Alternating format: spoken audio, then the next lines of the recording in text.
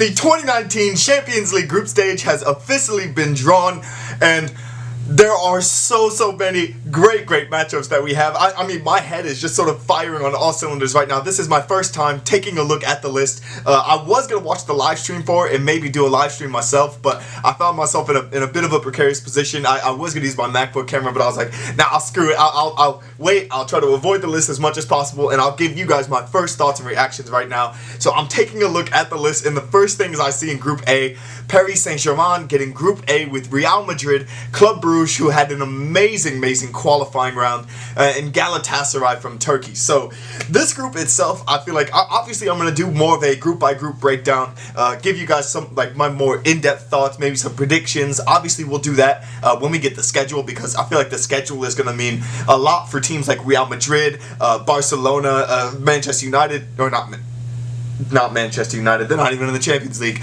but teams who have a ton of injuries, and when the early games come out, they're going to be kind of struggling to keep up. Real Madrid, I feel like, are the big one when I say that.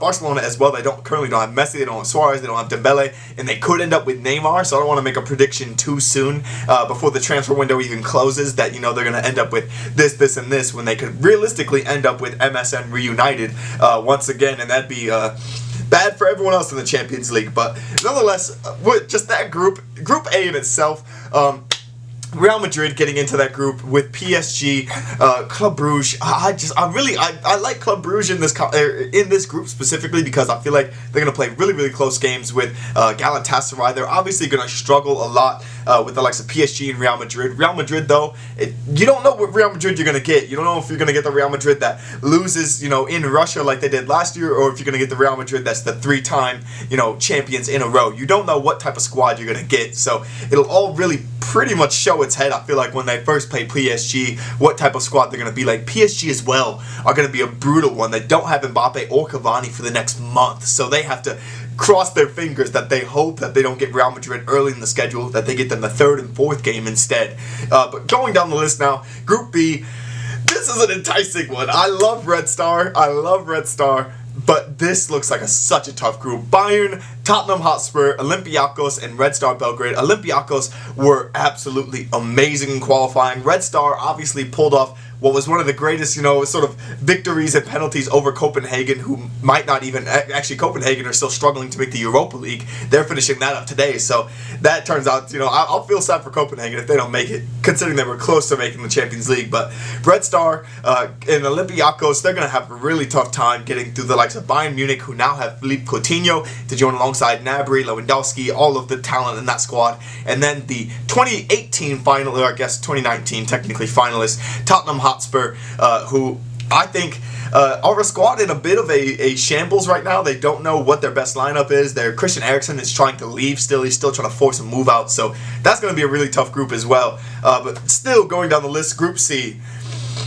Group C just makes me so angry. Group C makes me so... honestly, as a Serie A fan myself, I think Atalanta has a very good chance of making it out of Group C. Manchester City, Shakhtar Donetsk, Dinamo Zagreb, who had an amazing qualifying campaign as well, and Atalanta. Now, I mean, the blatant thing that I see here is that Manchester City, probably of all of the Group A teams, they have the easiest route to the round of 16. I mean, if Manchester City don't pull off a clean sweep, I don't know what's really going to happen. I mean, they do get played really close by Shakhtar. They did last year. They had Shakhtar in the groups last year, so they get Shakhtar once again, another matchup that they get reunited with. I mean, the only plus I could see here, if you're not rooting for Manchester City, is that they have to travel. They have to go to Zagreb. They got to go out to the Ukraine to face Shakhtar, and then they got to go to Italy to play Atalanta. So they have to do a lot of traveling, but at this moment, this Manchester City team, probably of all of the teams, has the easiest route to the round of 16.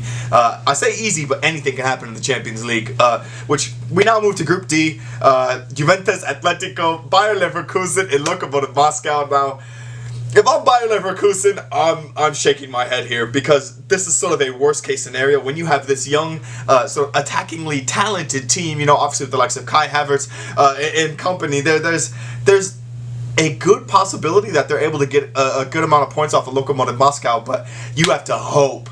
You have to hope with every fiber in your being that either Atletico or Juventus beat on each other, that they just absolutely wreck each other. And I'm happy that we got this matchup, it's a quarterfinal rematch from last year where we get Juve. Actually, it's a quarterfinal matchup. I was trying to think that. Yeah, no, round of 16 matchup. It was a round of 16 matchup. Juve and Atletico from last year because then Juve lost in the quarterfinals to Ajax. But it's going to be a great matchup. I mean, Ronaldo versus Atletico again is going to be so brutal. I feel bad for Atletico, but we now get a rematch of, in the preseason, what was an amazing contest. João Felix lighting up Juventus in the preseason. So I guess when we get to that point, we'll see, what's going to go down between those two squads. But I mean, that's going to be a really amazing matchup in Group D. Group E, Liverpool, Napoli, Salzburg, and Genk. Now, obviously, Liverpool, I think, are one of the favorites to win the Champions League. I think they have a really favorable group and a Napoli squad that, while they do have, that front three still, and they played each other in last year's groups, this is a much easier group for them. They had PSG and Red Star Belgrade in the group last year, so Salzburg will still give them a hefty challenge. I think that's for sure, excuse me. I think Salzburg will definitely give them a challenge, but Genk might not provide as much, pushback as ones are expecting. So I'm expecting Napoli and Liverpool to probably come away with 6 points in those games. So it'll all be down to Napoli and Salzburg, I think, between those two teams of who's going to qualify out of that group. But continuing, Group F. This is by far the group of death. This is 100% the best group that any of them have had. I think it's one of the best groups in the Champions League, probably in the last 5 years. Barcelona, Dortmund, Inter, and Slavia Prague. Now, Antonio Conte's Inter, this might be a blessing for them because obviously they want to make a push in Italy. They want to go for the Serie A title. They want to get a Scudetto, but Dortmund, honestly, guys, they are my Ajax team this year. They look like a squad that could play against anyone, and that includes Barcelona. The defense is solid, the midfield is experienced, and they're very tactically astute, and the attack is one of the most potent from about 5 or 6 players. They could sub in anybody into nearly all of those positions, and they have about 6-7 players deep worth of potent attackers. So they are a team that could honestly cause so much havoc in this group. That's why I think this group is wide open. Antonio Conte is a very good manager. I think he's the best manager realistically in this group, but I don't know if he'll be able to get enough out of Lukaku, Sanchez, Lautaro Martinez to get them past Barcelona or Dortmund. But that'll be for another video where we do a prediction. But that group is absolutely amazing. But Group G, there's another group that is wide open. I mean, Zenit, Benfica, Lyon, Leipzig. I think this was a best case scenario for RB Leipzig. They obviously were in pot 4, so they didn't really have a pick of the big giants that they could face. But Zenit's Twitter is really funny. Zenit English, guys, if you don't follow them on Twitter. They are absolutely hilarious. They put in their bio the team that every team wants to play from pot A, and they were correct, or pot 1, I guess. They were absolutely correct because Benfica wanted them, Lyon wanted them, and I promise you Leipzig wanted them. It's going to be an amazing Group G because that group is wide open, and as well another group that is wide open that my heart is beating to is Group H. Chelsea, Ajax, Valencia, and of course Lille. Now, this I think is the more upgraded version of Group G. Chelsea, obviously the Europa League champs. We haven't looked the greatest so far in the Premier League, but anything can happen if we get players back from injury. That includes obviously Rudiger, obviously Callum Hudson-Odoi, Reece James, and the big one, I think in my opinion, Ruben Loftus-Cheek. When we get those players back in the squad, they could make a decent push in the Champions League. But Ajax, obviously the semi-finalists, they haven't looked as great without De Jong, De Ligt, or Lasashone, but I promise you, Erik ten Hag's going to have them ready to play. Valencia, another big team that, I mean, as well as they thrive in the Europa League, they could definitely make noise in this group. And Lille, even without Nicolas Pepe, they've looked just as good, if not better. Jonathan Ikone has been absolutely lights out. Loic Remy returns to striker for them. And they played an amazing game yesterday as well. So they're probably happy with this group as well. But that is my thoughts and reactions to the group draw for the Champions League. You guys are going to let me know your thoughts. I'm obviously going to do a group-by-group breakdown.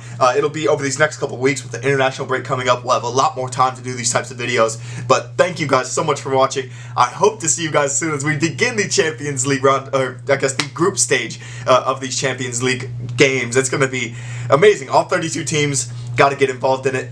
Gonna love it. Thank you guys so much for watching, and peace.